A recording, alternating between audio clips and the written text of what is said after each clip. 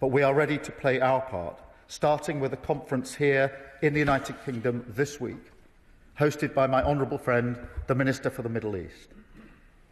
Second, to support transitional governance arrangements in Gaza. We will continue to work closely with the Palestinian Authority on the vital reforms that they need to make. And third, to help ensure security in Gaza through a ceasefire monitoring process, planning for the International Stabilisation Force. And, Mr. Speaker, drawing on our experience in Northern Ireland, we stand ready to play a full role in the decommissioning of Hamas weapons and capability.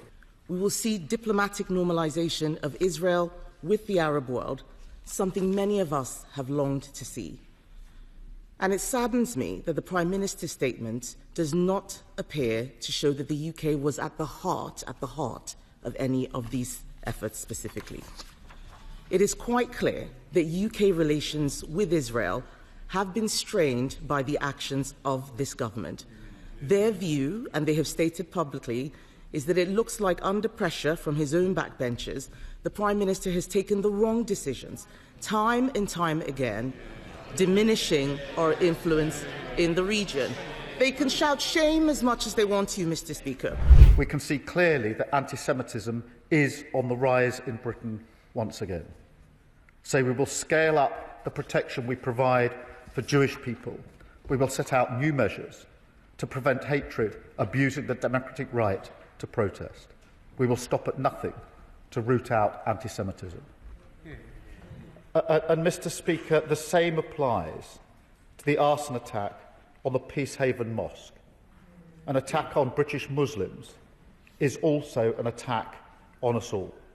So we condemn this despicable crime and the poison of anti-Muslim hatred. We will fight against hate in all its forms.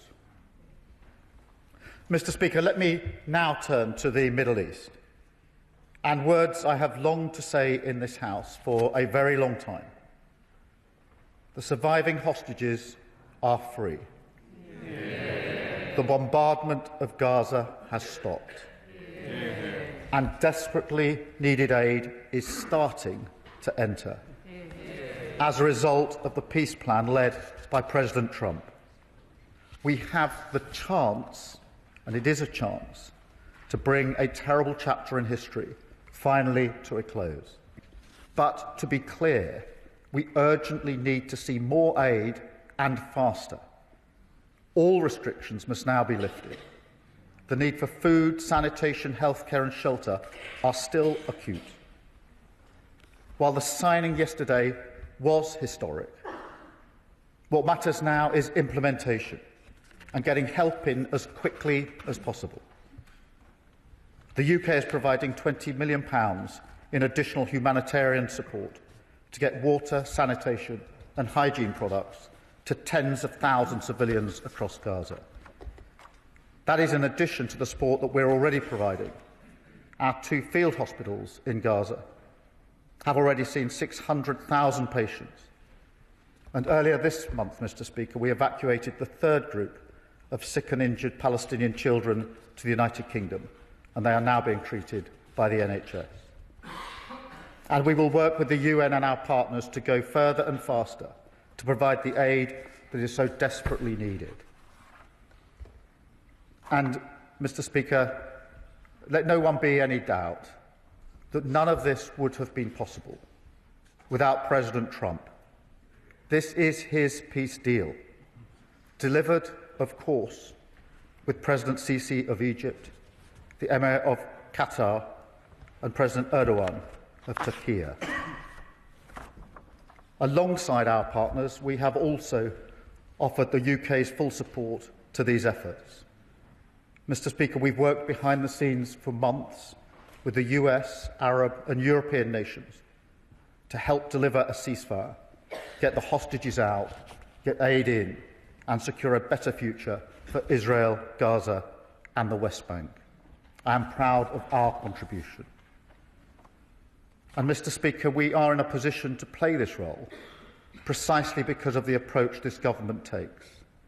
And, Mr. Speaker, that does include our decision to recognise the State of Palestine, because this move, taken alongside our allies, France, Canada, Australia and others, helped lead to the historic New York Declaration, where for the first time the entire Arab League condemned the atrocities of October the 7th, urged Hamas to disarm and, crucially, demanded that they end their rule in Gaza. But we are ready to play our part, starting with a conference here in the United Kingdom this week, hosted by my honourable friend, the Minister for the Middle East. Second, to support transitional governance arrangements in Gaza. We will continue to work closely with the Palestinian Authority on the vital reforms that they need to make. And third, to help ensure security in Gaza through a ceasefire monitoring process, planning for the International Stabilisation Force. And, Mr. Speaker, drawing on our experience in Northern Ireland, we stand ready to play a full role in the decommissioning of Hamas weapons and capability. Finally, Mr. Speaker, I want to update the House on my discussions with Prime Minister Modi last week in Mumbai. India is a growing force on the world stage, on track to have the third largest economy by 2028. So, in addition to the bond we already share, the living bridge of family and history, we are also united by the future and the incredible opportunities that we see before us. That's why back in July we signed a historic trade deal, opening up new opportunities for British businesses in India. And that's why last week I led the biggest British trade delegation to India ever. We announced that more British universities are opening campuses in India, making us their leading international education provider. We're deepening the UK-India Technology Security Initiative to boost opportunities for our brilliant tech sector. And we announced new deals and investment, including in advanced manufacturing, defence, car production and Bollywood filmmaking here in the United Kingdom. These investments into the United Kingdom are worth £1.3 billion and, Mr. Speaker, they will create 10,600 jobs. I want to thank the US administration, President Trump and regional mediators for having secured this outcome. They put in the hard yards and found solutions, making clear that all progress would depend on the release of the hostages, a condition that some other governments forgot. Mr. Speaker, with this peace deal, there is much to be hopeful for in the Middle East. If the Abraham Accords are expanded, a new age of peace will have arrived. We will see diplomatic normalization of Israel with the Arab world, something many of us have longed to see. And it saddens me that the Prime Minister's statement does not appear to show that the UK was at the heart of any of these efforts specifically. It is quite clear that UK relations with Israel have been strained by the actions of this government. Their view, and they have stated publicly, is that it looks like under pressure from his own backbenchers, the Prime Minister has taken the wrong decisions, time and time again, diminishing our influence in the region. They can shout shame as much as they want to, Mr. Speaker. Within weeks of Labour coming into power, they decided to restore funding to UNRWA. We haven't forgotten. An organisation, they say yes, that's an organisation whose members assisted in the kidnapping of these hostages, the release which we are celebrating today. Relations with Israel have been so damaged that when Israel launched strikes against Iran, a country that has been a direct threat to us for years, the UK was out of the loop. They may not like it, but it is the truth.